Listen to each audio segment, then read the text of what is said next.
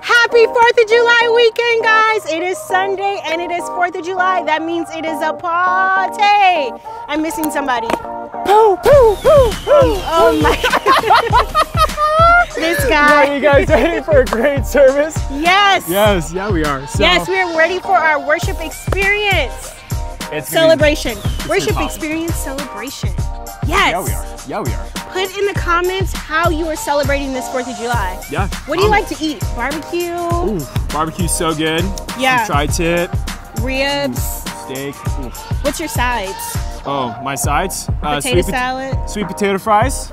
Because I like to be healthy, you know. Aw, you can't be healthy on the 4th of July. It's I mean, come on, sweet potato fries and you got some salads or maybe the only salad on the 4th of July is a potato salad or macaroni salad. True. Both of those salads are acceptable. Anyway, let us know how you're celebrating the 4th. Yes. What's your favorite side? What do you bring to the cookout? True. Yes. Yeah. We're heading into our worship experience. We'll see you after, Ecos. All right. See you. Hey. Party. Hey. Ho. Hey. Ho. Hey.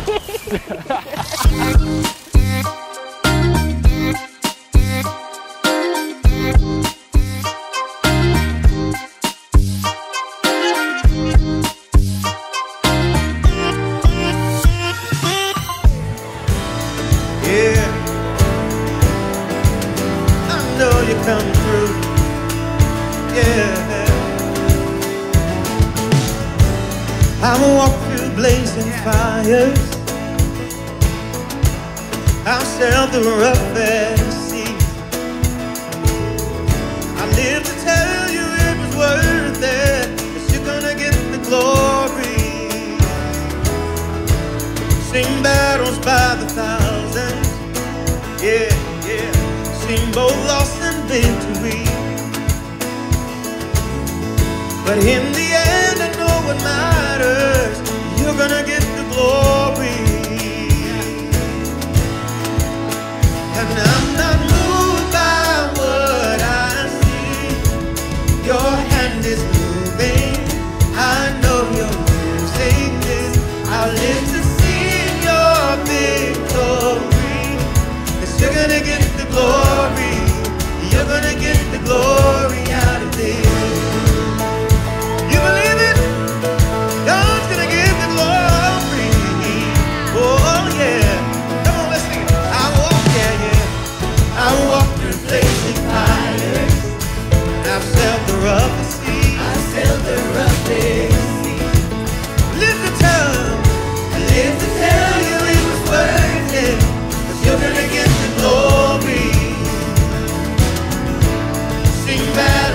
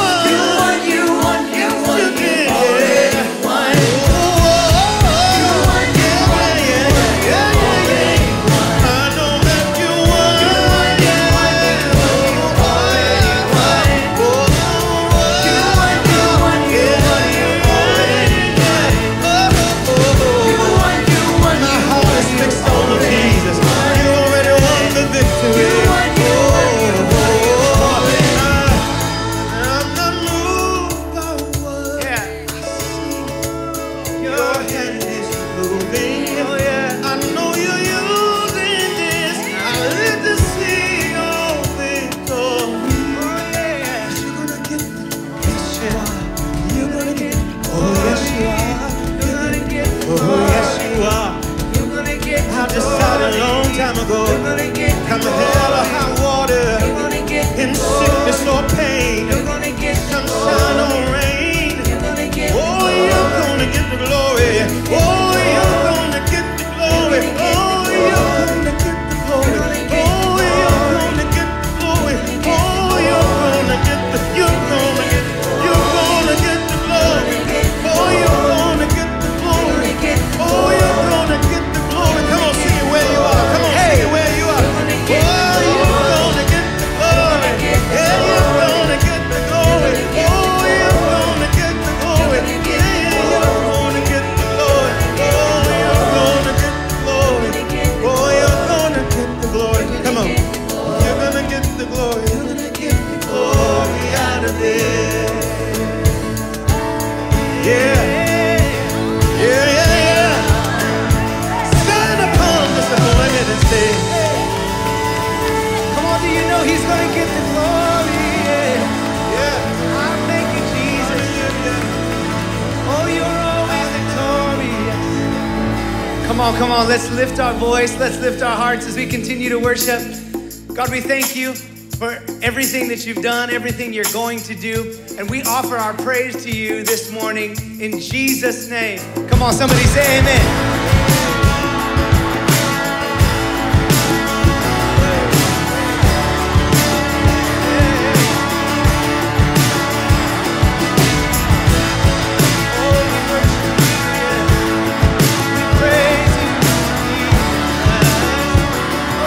If you know it, sing it. Let praise be the weapon that silences the enemy. Let praise be the weapon that conquers all anxiety. Let it arise. Let praise arise.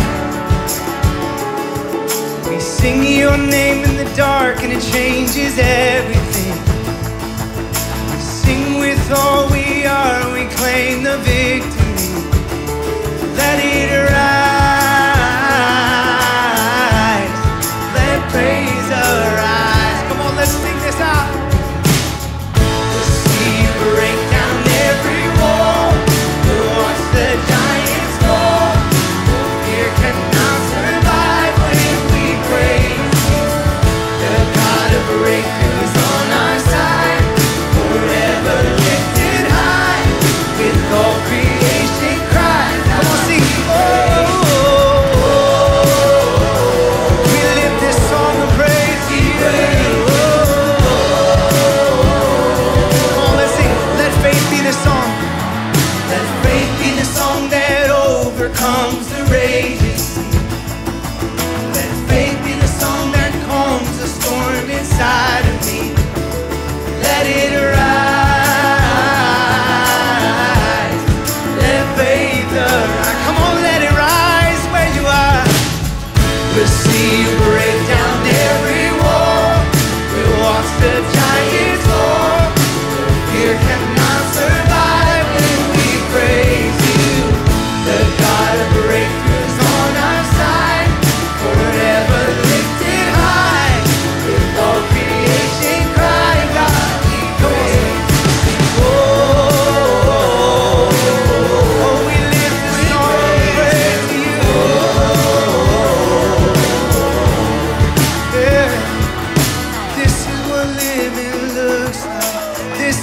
Freedom feels like. This is what heaven sounds like. We praise you, we praise you. This is what living looks like. This is what freedom feels like. This is what heaven sounds like. We praise. Come on, take that out. This is what living looks like. Oh, this is what freedom feels like. This is what heaven sounds like. Hey, we praise. Come on, one more night. This is what living looks like. This is what heaven sounds like. We lift up this praise. Yeah.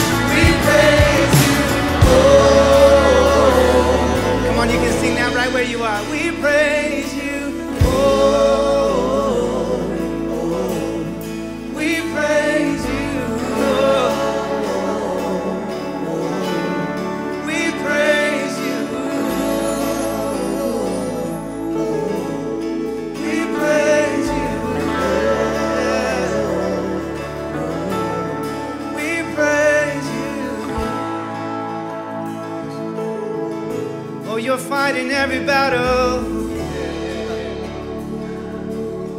It's not my job to fight your battles.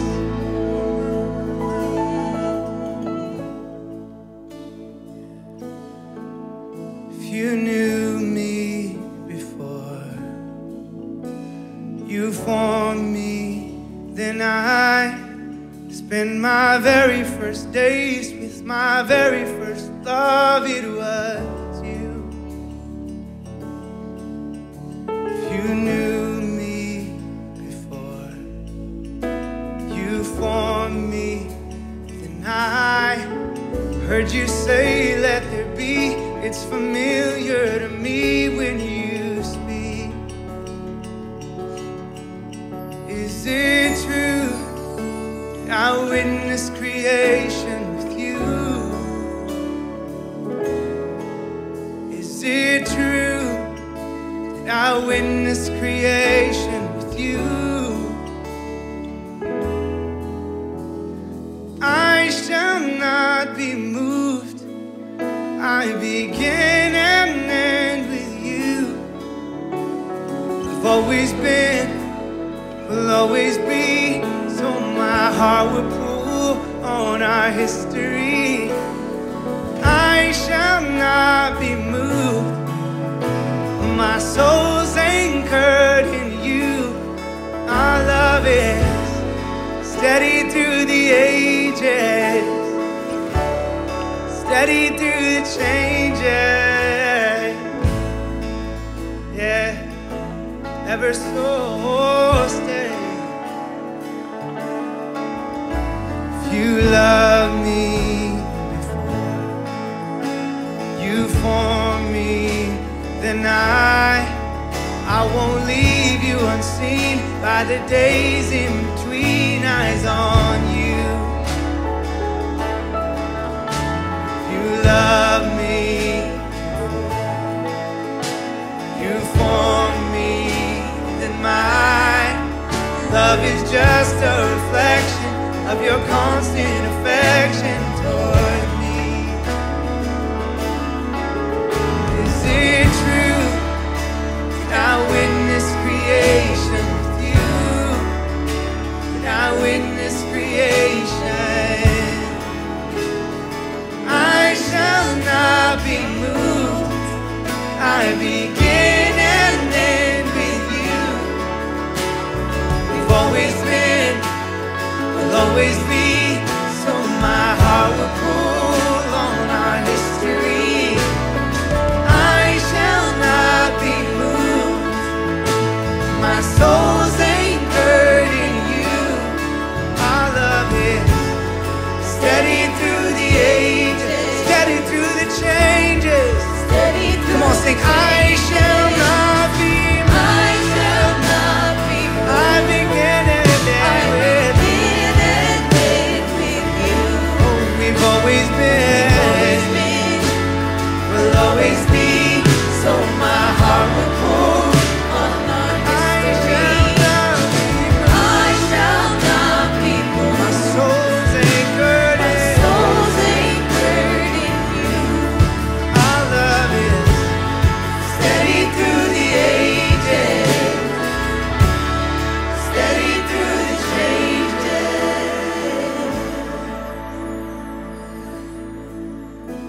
when the world was formed, when the whole earth shakes, when it passes away, you and I will remain, you and I. When the world was formed, when the whole earth shakes, when it passes away, you and I will remain, you and I. Come on, sing it out. When the world was formed, When the whole earth shakes, when it all passes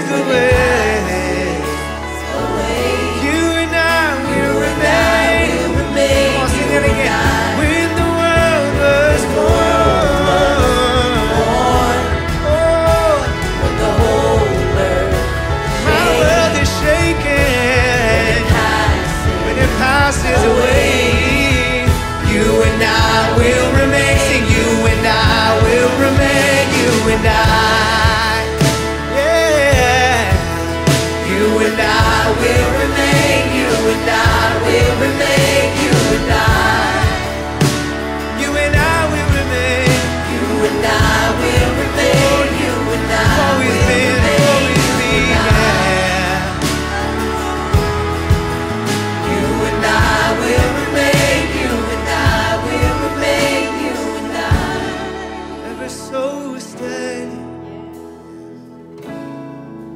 Your love has been constant through the ages. Steady through the ages. Steady through the changes. Steady through the ages. Steady through the changes. Steady through the ages.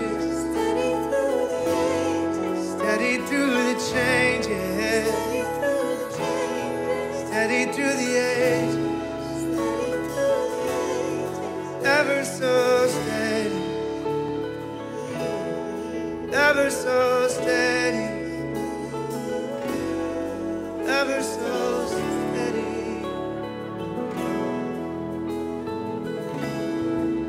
Yeah. This world is not my home. It's always been with you. When dust returns to dust, I'm coming home to you. This world is not my home. It's always been with you. Dust returns to dust, coming home to you. Come on, one more time. This world is not my home. It's always been with you. Dust returns to dust, coming home.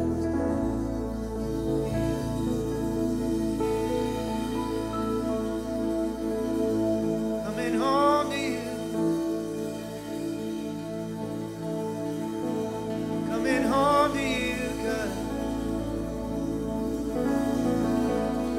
Right where I started.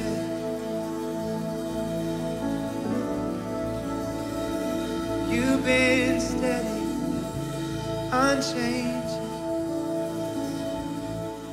You've been steady, unchanging.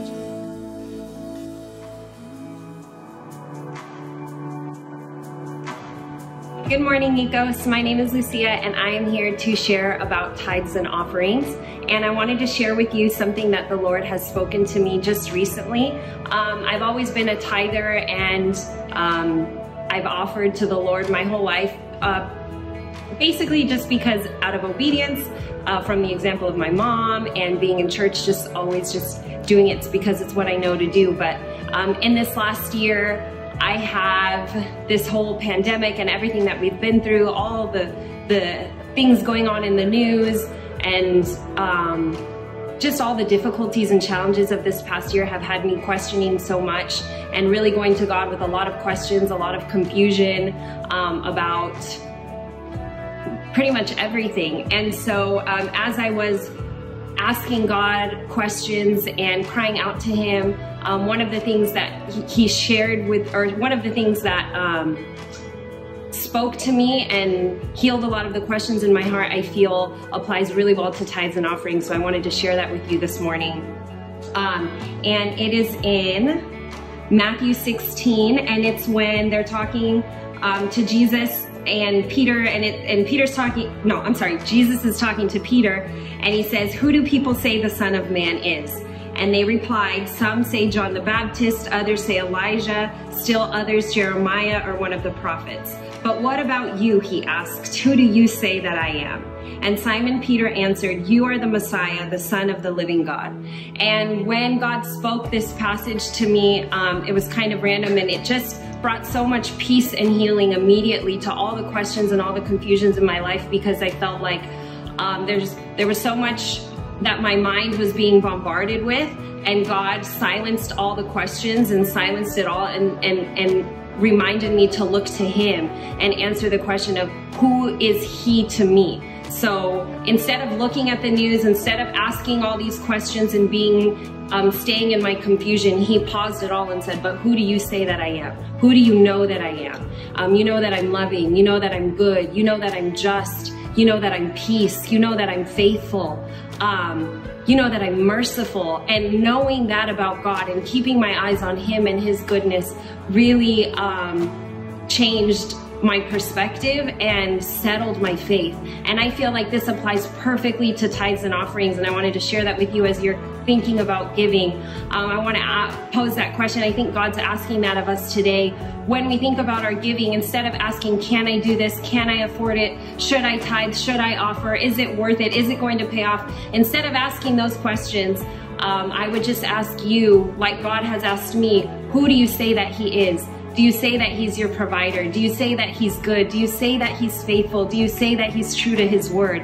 And if you say that that's who he is, then you can know that it's good to tithe, it's good to offer, that he's gonna be good to you and he's gonna be faithful. And it's the best thing you can do with your money because of who we say that he is.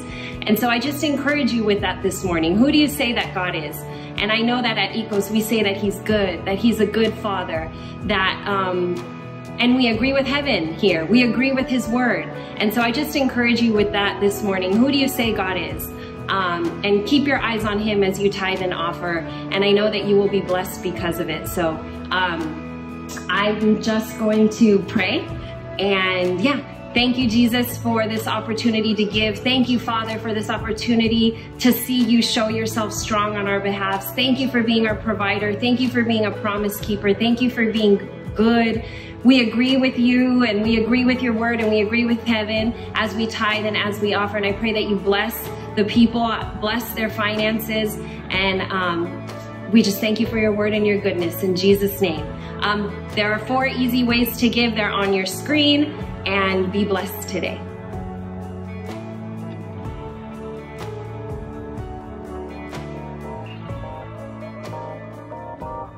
What's up? Hey, hello, hello. It is Sunday morning. Do not adjust your television screen or phone or laptop. It is Sunday morning and we are having a talk. Yep. During service. What kind of talk? We are going to have a family talk. Okay. A family talk about race. Okay. And racism in America, in the world, in the church. Why don't you pull up textbook definition? There we go. Prejudice, discrimination, or antagonism directed against someone of a different race based on the belief that one's own race is superior. We didn't really talk to anybody, the black families or anything, and definitely didn't have anybody at the table. You guys were actually the first. Well, one Sunday I get there and there's a padlock on the trailer. What in our organization made this man feel comfortable with locking another senior level official out of their space? That says to me something is not level. I mean, I've been pulled over probably 25 times in my life, and I've never had a ticket. Ever. Wow. And I'm a terrible driver, just so I will tell you. Let me ask you a question. Are you a racist? I have been for sure in the past. I am working actively to not. And prayerfully, my friends know, like, okay, these are my thoughts. This is the filter that I currently have. Yeah. Okay, it's under construction, but this is what it is right now. But prayerfully, they know at the end of the day, literally, if you called me at 2 in the morning, I would be there to Without help a you doubt. and to love you. Without a doubt. And his racist self would be right there. And I'm just kidding. I'm just kidding. no, that's. Hey everybody, happy 4th of July.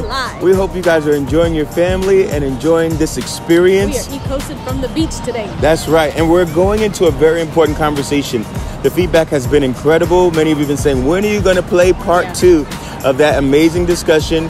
And somebody even asked me in Texas, was that staged? When a member of our team answered, when I asked him, are you a racist? And he said, yes. And I paused like, well, it wasn't staged. It was an honest answer. And that's what we're trying to have, honest conversation. We celebrated Juneteenth since the last time we opened up this conversation. And now we're celebrating our great nation with 4th of July, Independence Day. We love our nation. We honor our nation. And we actually feel like this is a healthy conversation for us to have in this nation and as members of the kingdom of God. Yeah. So let's dive in. Let's go. I think it's going to really bless your life. Peace. I appreciate like the open heart because that's the posture that if more of us took, the better position we would be in. I'm a little annoyed at people that are so woke that they know the answer to everything. Can I just say, as a black man, one of the worst things to scroll on your timeline and see all of these white woke people that are not woke. Like, if you have to hashtag you're woke, you're not woke. Like, you're not. Like, and if you, like, you could read books, like, literally, okay. A dear precious Karen.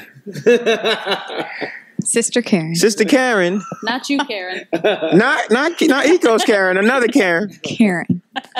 Told me, my homegirl like that. Told me that I need to read this book that she was reading. It was not by a white person. On racism. That was like, and that's not that anyone can't recommend books to you, but it was just like she was offering it from this yet again place of superior intelligence and experience, and I was just like, how classically ironic is that? I am like, absolutely. And I'm like, but you're the same one hashtagging woke, because woke is not a matter of intelligence only. Like, you can be brilliant about content and be so off about empathy, about the realities. And it's like, so just listen, be supportive, be woke. But if you have the hashtag that you are woke, you might not be as woke as you think you are. Are you a racist? No. Okay, why not? Well, tell me why you feel that way. How do you explain why you're not something? Based on this definition. Based on this definition. No, I don't feel. Have you ever been involved in anything that is racist? Have you laughed at racist jokes? Yeah, probably. Yeah. Is that our definition? I laugh at a lot of things. Wait, dictionary.com did not say anything about jokes. I think one of the times that I, and maybe he'll watch this, one of the times that I feel like I have the most regret about was I have like a little brother that is black, and he moved from Bakersfield with us to San Diego. So he was like our roommate. He was like the younger one. He was like legit like little brother. And he came in Bakersfield. I think in Bakersfield there's black is like an extra minority. I grew up in San Luis Obispo. Latinos were the minority. There was even less black people. But in Bakersfield, I never felt like the racism thing until I moved to Bakersfield. And I think because of that, he had even kind of just taken on that more like isolated thing. So when we would spend time with each other, he would talk to me like I was like a brother, right? And we're like our lingo. Looking back, I realized that even though that was our conversation, I had been almost like invited into a language that was actually disrespectful for him, and he didn't know it was disrespectful for him either. And I think now we're both like, hey, we shouldn't have talked to each other like that. You know, like, I'm sorry. Mutual insults. I think he would say like, he would probably say like, I'm sorry for letting you think that was okay. And I would be like, I'm sorry for being okay with that. Like, this is what it felt like to be family in the same house and all that kind of stuff. But I think looking back, I'm like, I don't know if I like that, because it was so familiar. He lived like in the room next to me, right? It was so familiar, and we were family, and we were together here. And then we moved to like one of the most racist parts of San Diego.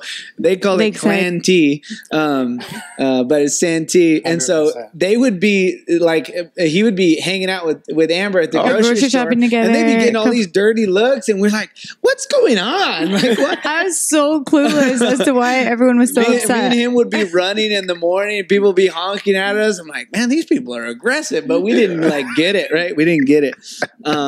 But I think You should have let him drive. I think what I've learned in the last couple of years is that I don't know as much as I thought, and I think I had a confidence about like knowing a lot because he was family to me, and so I think it's like that getting in the posture of learning. And even I think we asked you like, hey, do you prefer African American or Black? Because I actually feel like some things are changing too. And there's a sensitivity that is required and an education that's required that's dynamic. And if we love each other, you can be like, hey, you weren't offended when we talked about that last time, and now you're offended now. Now I'm offended that you're offended because we used to be cool. Right. And I think like love is going to say like, hey, let's continue to learn together. We didn't like that.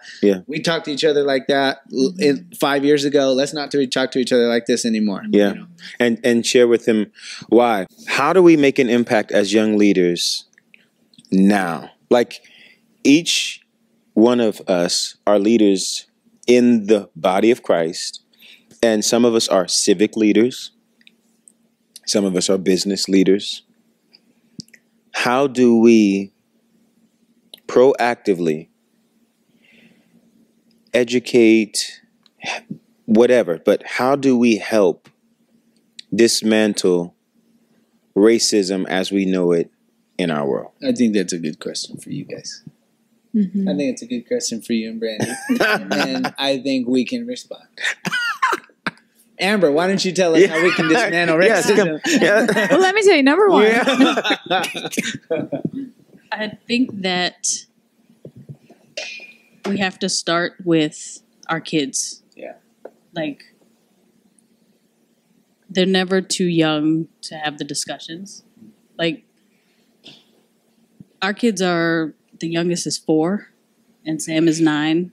Like, we already have to have conversations with them about color. Like I literally had to have a conversation with my son who's 9 about why he can't do everything that his white friend who is close to his age does. Like, because his white friends run up to other people's property and like slap the door or whatever, like, and all that. And I'm like, and you can't wrestle in the front yard because if he gets hurt, it's going to be a different penalty for you. Yeah. And if someone's like, this kid is beating up this kid in the front yard and it looks weird, even though my son is like 9, and if you know, like, the thought is unfathomable, but I literally had to, and his eyes were just like, he's like, we were just like playing, fighting. Like he was fighting me and I was like, yeah, but I know. I was like, it's not fair, but it's just different. Like you can't run across people's front yards like he does. You run out to the street, to the sidewalk and run, like, just not to put fear in him, but it's just the reality that, I mean, if honestly, because how I raise kids, if he was white, I'd tell him, say, stay off people's yards anyway. Right. But additionally,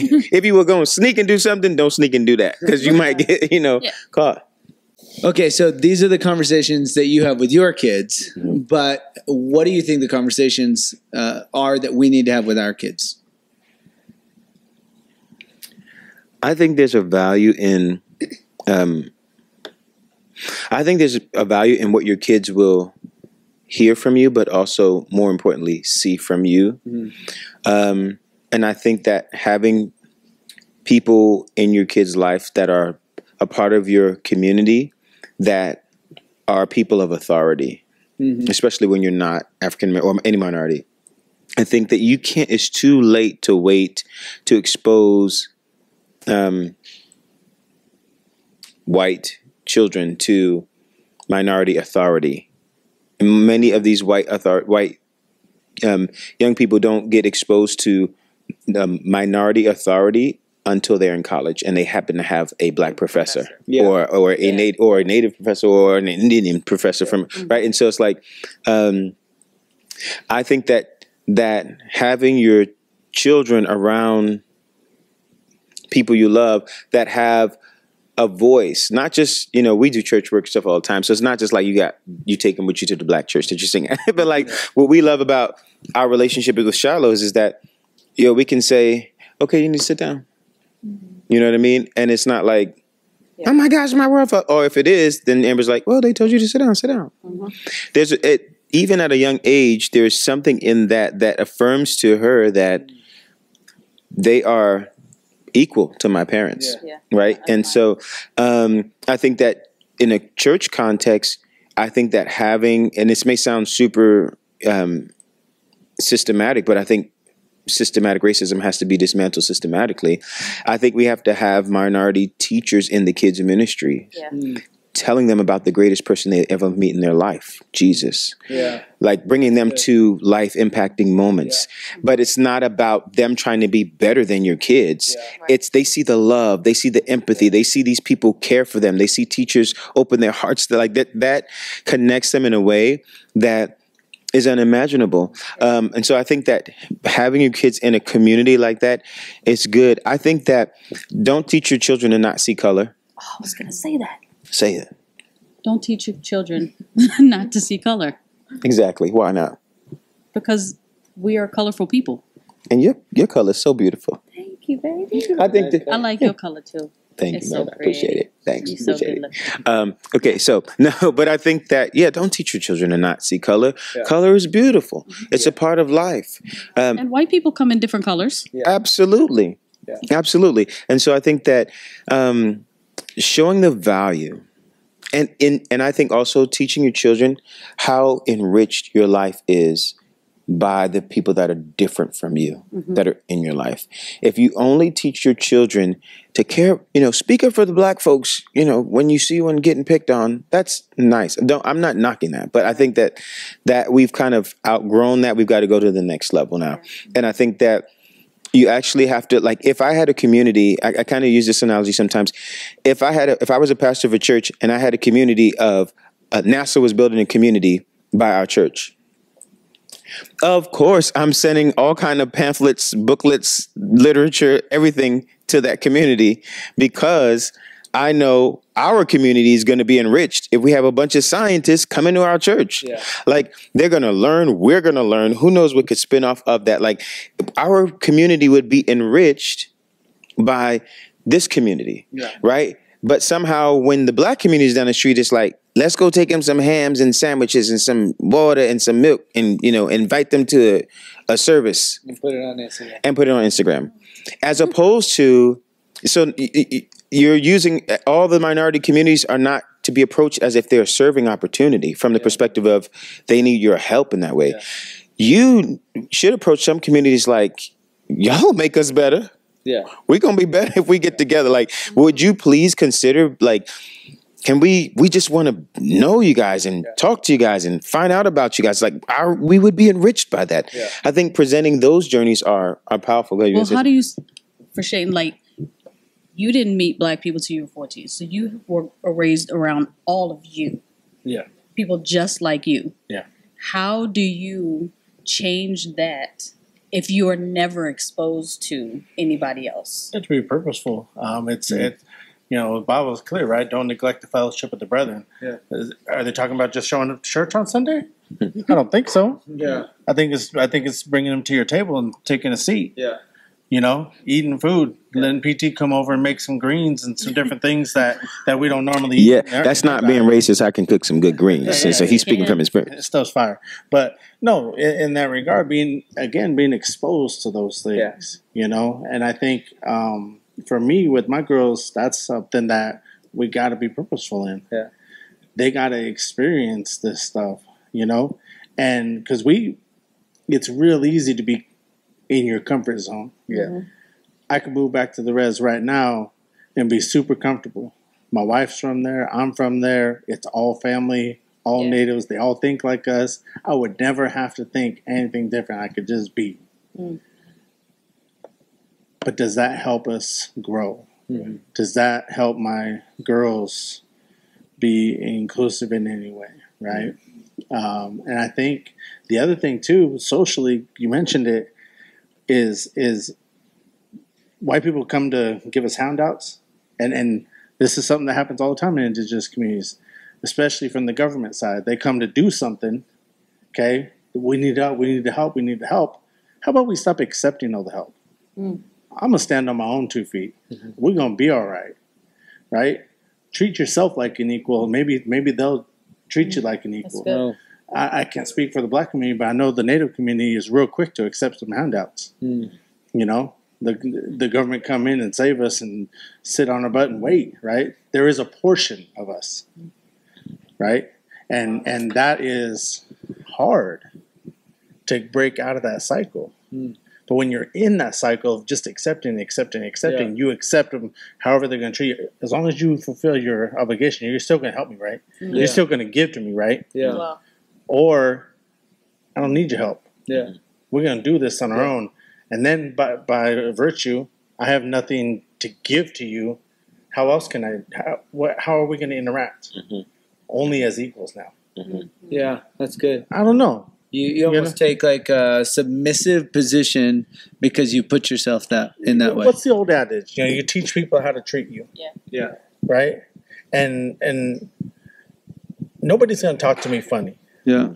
That's just the way it is. But there's other folks. No, they're not. That will allow it. Yeah. And some of it's out of insecurity. Yeah. Self, whatever. And that's why what you experienced as a kid, them telling you who you were, is so important. And I think that's a big conversation that needs to happen. And sometimes I get tired of the color conversation. It has to be addressed. But if we talk about it so much instead of talking about, because the best qualities about, just say your daughter Sydney, is not like she's beautiful, Black woman, all that. But her best. No. She don't like nobody calling her a woman because she's 13. You know, Sydney will see this and be like, Uncle Shane said that I'm a woman. girl. Tiny baby girl. Little baby child. All right. That's her shit, but she has so many other qualities. Yeah. She's prophetic. She sings. She's the list is very long. Is being Black the top of it? That's a good question. Are we over-identified as our race? And then that's tribalism, and that's kind of scary. Even and coming from a tribal community, that's one of the things that hurts us the most. Is our lack. It's a strength and a hurt. Our lack of individualism. Because we don't decide to stand up on our own. No, I'm going to go do this. Yeah. Rather than fall back into whatever my community is doing at the time. Wow. That's dangerous and scary. I remember feeling like in a Hispanic family, feeling so different from like a lot of my family on both sides. I actually couldn't figure out why, because we all were poor. People don't believe me, but like on Tuesdays, the grocery stores throw out food and you can go get it from the dumpsters. And Tuesday was like the favorite day for us because we're like cakes, like just sweets. Don't drink the milk, don't eat the cookie dough, and you're gonna be good. For sure. And that was just like a great Tuesday was like favorite day. But also I never my family didn't do government assistance. I didn't know that was a thing. I look at like my siblings now. Every single one of my 6 siblings owns a business, is like really successful, and I that doesn't make us like better than anybody else. But I can just see like a very distinct family in the group of a lot of other families. I have uncles and cousins that are super successful as well, but I always felt like what is different, and I realized that like later I was like, there's a different mentality that I am not waiting for somebody to do something for me, and that is actually really empowering for me because it's me and my family and my resources to accomplish what I can do. Like I get to decide. Yeah. Nobody's deciding anything for me, and I think this is not to say anything about anyone accepting anything. Oh no, that's a benefit, and it can be used the right way. Yeah. But if it's societally, if we decide like we're going to wait, it's a difference between between a mentality for sure and a need, right? Because I think that like that has been a huge blessing for much of my family. But it's like you can know somebody that doesn't have resources and has and doesn't have a scarcity mentality. And then you can see people who have tons of resources, like look at people that win the lottery, and they have a scarcity mentality, and 5 years later there's nothing there because it's a mentality. It's not like a specific situation. So that's what I'm describing is the independence and the ability to say, like, I am going to make this happen because I can. That's how my great uncle, who's from Barbados, and helped raise me. He just raised us like you don't look for no handout. Work, get up, work hard. Like he came to America from Barbados, and through hard work he became a glazier, union man, union rep in the city. Worked on a lot of the skyscrapers in New York City, putting glass in, and well respected. And owned several homes, like just really working middle class, providing for his family to buy, they would buy homes and they would, save up and he just wanted to be a blessing, and he wanted to show his kids and us that you don't need like to be living off of a system to live life. If you need help, but living off is not living off of. And I think that there are multiple perspectives of this in the African American community too. Honestly, that's and some people have a perspective of is like, you owe me. We came here as slaves and helped this economy get off on its feet because we were free labor. And so, no, it's not a handout. I'm actually the bedrock of why you took off the way you did. And I get that argument. And I think that's systemic. I mean, historically, you see there's definitely some truth in that. But as for me in my house, I've not attached our kids to the fact that I feel like America owes me or my kids something because of slavery. I want to empower my kids to say, you have God in your life. You are extremely brilliant. You have your parents that are here to support you. You have a community that's here to support you. What can't you do? What can't, if you need, but let's talk about that if we can get to that bridge. But as it sits right now, like, what deficit are you at? Like, what can't you do? So that's how I'm choosing to raise my kids. I do want you to know, I know that's a real thing. The flip side of the coin is a real thing. And I don't argue it. Turn down the stimmy.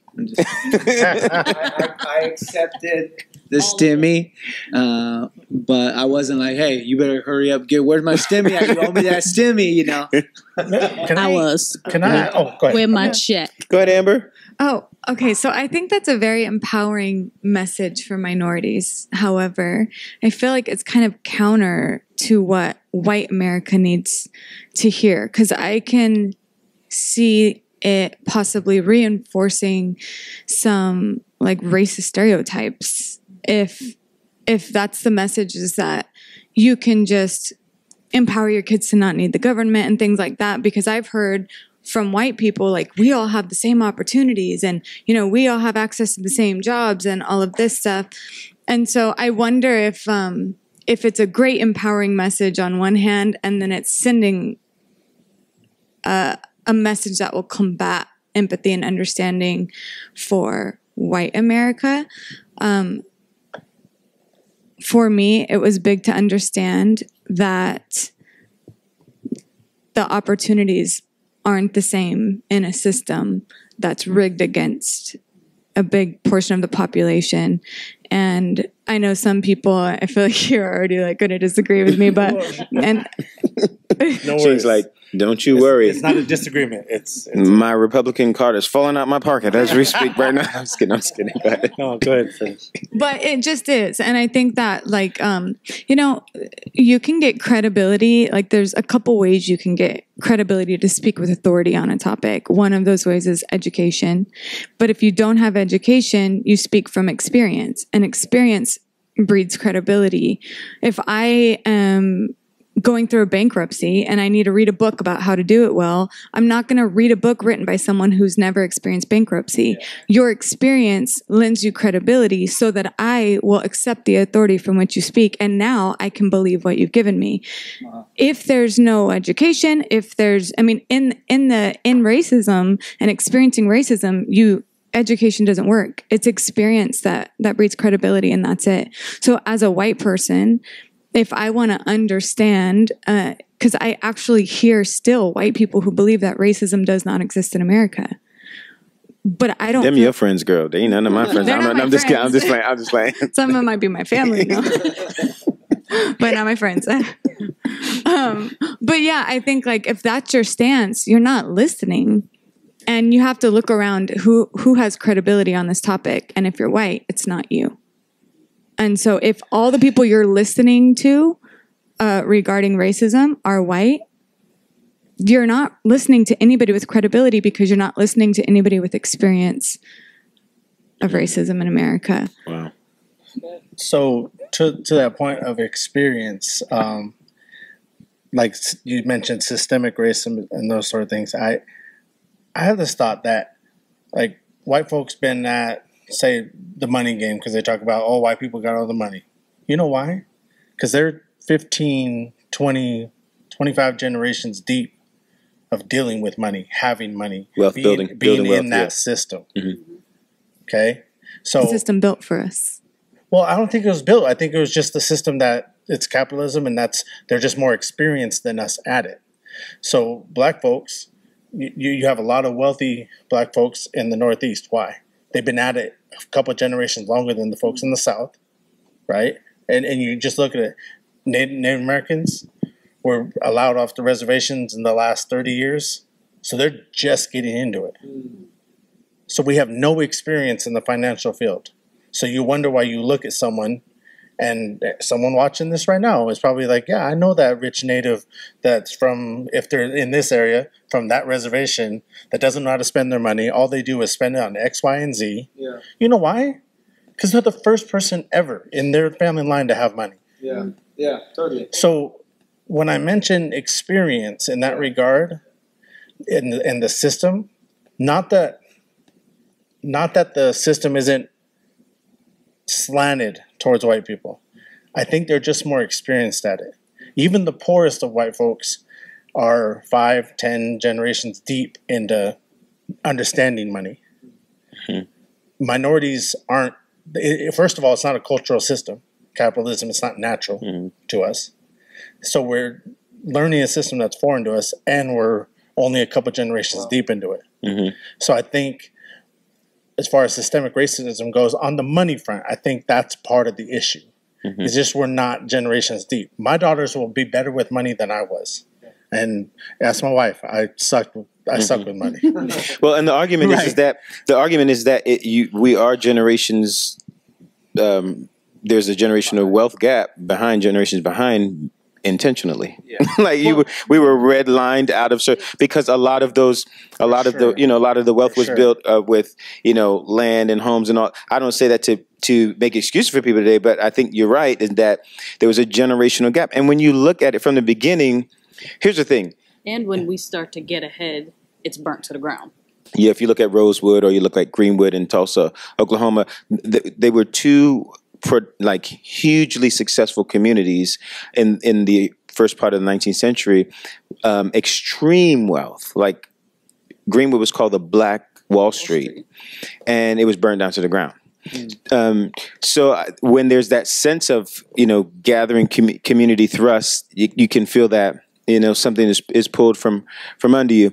But I think that even in America, here's one of the things that I feel like is a conversation that we have to have, is the understanding that I think that the system, the capitalist system, just America when it was founded, I do believe it was founded by people who wanted to please God.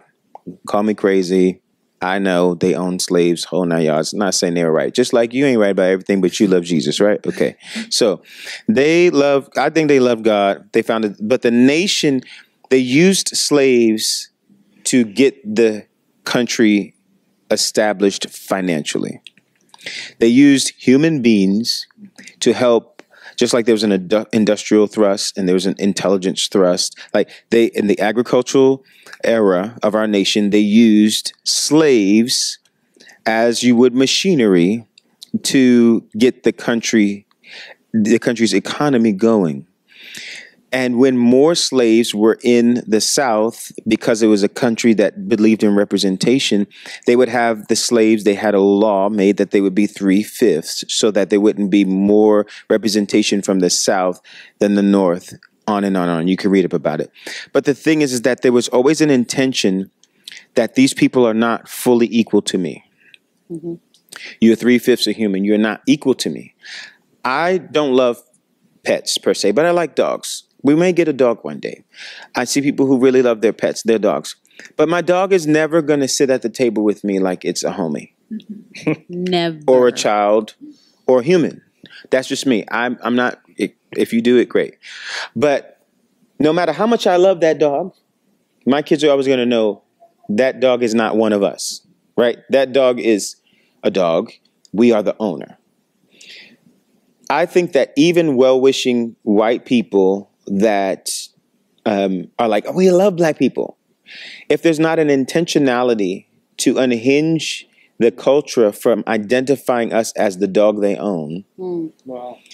you just, there's no hate for the dog. You love the dog. If anybody asks you, you have the best kept dog in the whole world. Like you genuinely love the dog. But there's you are human, and you are raised to know the difference between your value and the value of your dog.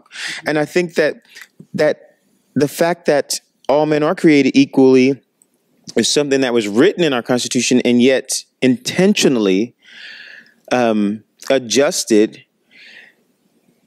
There is a gap that has to be confronted to say these were not horrible people, but they had an intention. They succeeded at their intention. America's a great nation. In that journey towards its success were casualties. And this discussion is a part of that casualty discussion. It's not fixed by only white people. It is fixed by communities having conversations like this that really helps lives and hearts to connect and build a bridge that bridges the gap of our understanding and possibly empathy. Okay? I'm going to wrap there. Yep. Yeah. Any closing thoughts? I would just say the importance of honesty, like telling the real story. Your kids have a history book. Yeah. Mm-hmm. That sucker don't tell the truth. Yeah. Yeah. Hey, you know, Facts. and rightfully so. Our kids history didn't is- even have Black History Month. They taught nothing in their classes regarding Black history This year. during Black History Month. Now, granted, This year. love the teachers. It's a heck of a year. More power to you. I get it. The reality is though, MLK is not the embodiment. when things had to be cut, that was on the list. Wow. You know? No, but I think that's a part of it is being honest of like Yeah. don't act like it didn't happen. Yeah. Please That's don't act good. like it didn't go down. Mhm. Don't act like you didn't murder 100 million Yeah. Native Americans on your way to claiming all the land. Mhm. Okay, Yeah. they built it on black folks' backs, Yeah. and then Your land. planted the crops in our land. Mhm. So, you know, that's the reality. Mhm. Chinese folks and Irish people built the railroads. Like these are all facts, right? Mhm. They're indisputable. Let's be honest about that. Mhm. And then once all the facts are out there, Mhm. and you can be ashamed, you Mhm. can despise it, you can feel any way you want about it. Mhm. But as long as you know the truth, Mhm. then you can move forward. Yeah. But as long as we're out there pretending that natives still live in teepees and all these facts Mhm. that are not actually facts. Right. Mhm. Shoot, down to dang Disneyland. I'm gonna say this because it's so dang stupid. I appreciate Dang so much right now. I've never had more value for the work. God, I thank you for Dang right now. Hallelujah. Could have been another way. Go ahead. But like, it's a small world. It's a ride over there. Mm-hmm. Up until like 10 years ago, the two natives that were in there, they weren't even together. so let's like things like that are nuts. Like absolutely nuts. There's only two in the whole thing, and they're not even in the same part of the world together. Like if that's not like they were being real truthful there. Like you see two natives together, like what's up, you know? But let's be honest about all those things. Yeah. Yeah, You totally know? agree. And I think that's a big part so of this good. conversation if we can just be honest. Yeah. Yeah. Love it. Anything you want to say? Anything you want to say? Yeah, I think that I think don't let your fatigue be the reason that you give up your intention. I think fatigue comes from a lack of clarity. You know, like for me, most things I'm like, I'm tired of thinking about this, tired of speaking about this, is because my mind is in a hamster wheel and I haven't found clarity on it. So I think fatigue can actually be a sign that you haven't established clarity in your mind. You haven't gotten some things clear. And that's the irony of it. Fatigue is like, well, I'm too tired to get them things clear. But I think it can be a check engine light really for some clarity that needs to be established, some more intention that you need to bring, and I think like education is super important. But I think what I'm learning is that even where I'm getting my education matters, right? So like we emphasize education, but I think that some of the greatest things I've learned about race have not happened on social media. It's happened in covenant. It's happened in relationship. And sometimes those conversations are not easy, but they're so worth it. And I think there's a generation after us that will feed on our decision to not just say like, I'm tired of talking about right race. I'm tired of talking about this. But if we'll choose intention, I think there's so much ahead. Yeah. Anything you want to say? Yeah, I mean, and I think if you're feeling like for people that would be friends of mine or family of mine that would say like, I'm just tired of thinking about it. I think that in and of itself is a luxury that you get to turn your mind off from racism in America. If that feels like an option for you, then there's more to learn. There's more to understand. There's more empathy to be had because there's a large portion of our population that can't get away from it because it's their daily reality. And that's the problem. And so when you hear just these ignorant things about, I mean, sorry if you believe this, I'm not calling you ignorant. In my perspective, it's ignorant. Low-key. To say, you know, just things like, I didn't own slaves, so why am I having to like pay for that and things like that? But you live in a country, like you said, that was built on the backs of slaves, and you personally may not have owned a slave, but you're a part of a system that did, and that for many, many years did, and you reap the benefits of it still. We do. And so it's not a debt for you personally, but if you could have a small part in righting such a terrible wrong, why would you not? You know, why would you not want to be a part of the generation that gets to like make a huge mark? I really believe that this generation, we're going to see the most change, maybe since, you know, like Martin Luther's life and things like that, because people are just awakened, not woke. I'll never say that again.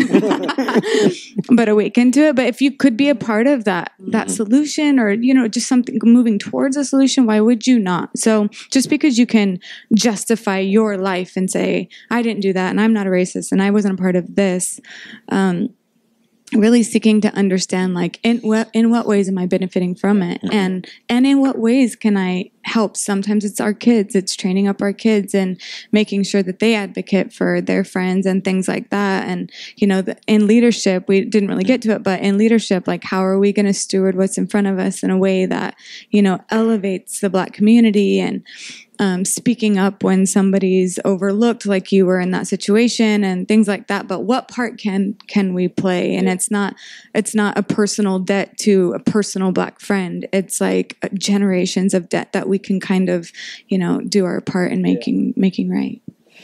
Thank you, guys. Listen, I hope this was meaningful to you. The point of this discussion is just to hopefully start some conversations even in your home and in your spaces.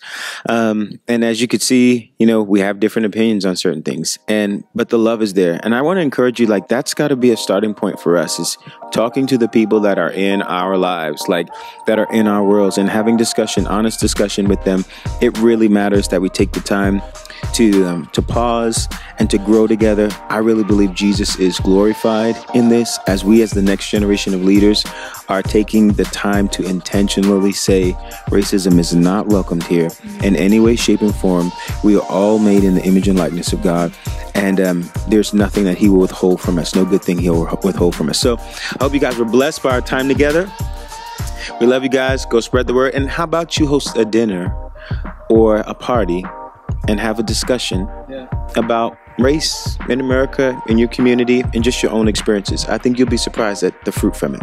All right, we'll see you. Be blessed. Hey guys, hopefully you guys enjoyed that worship experience and the service as well. Yes, what an amazing word, guys. I have been just like preparing for this little celebration we're having. Me too. Yeah, we have been checking out your comments. We're so excited to. We've been reading them all. Can we join you? Like, how do we join? Like, let us know. Yeah, absolutely. Yeah. Hey, you can also, when you are, tag what you're doing, tag your food, tag your family celebration, put it on Instagram, tag us. We want to know. We want to know how you celebrate. Yes, let's go. Come on. Yes. We love and guys, don't forget to share this message, like it, rewatch it, send it to a friend. Get it down, guys. Send it to a friend. Yes. Somebody that needs the word. Someone's anointed. Come on now. Yeah. We'll see you next week, Ecos. Bye. Peace. Yeah. Hey.